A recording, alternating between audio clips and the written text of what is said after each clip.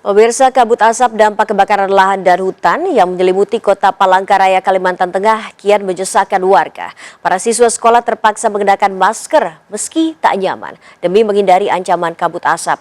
Para siswa mengeluhkan mata perih, batuk, dan pilek serta sesak nafas.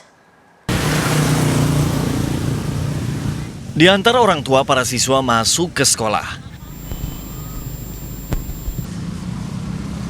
Masker terpasang di wajah tiap siswa.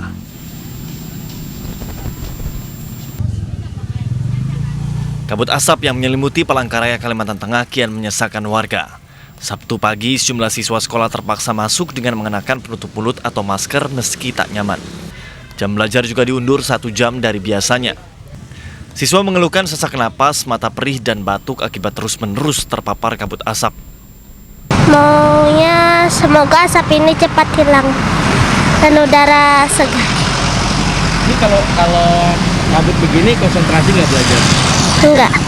Iya. Konsentrasi. Orang tua dan guru juga sangat mengkhawatirkan kondisi kesehatan anak-anak mereka. Kalau bisa untuk sementara kabut asap tebal kayak gini bisa diliburkan lah sementara.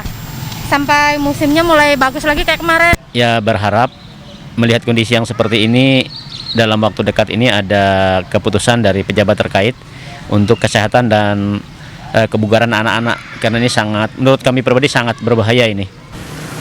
Warga berharap pemerintah aktif menanggulangi kebakaran lahan dan hutan yang menyebabkan kabut asap. Dari Palangkaraya, Kalimantan Tengah, Adisata, iNews.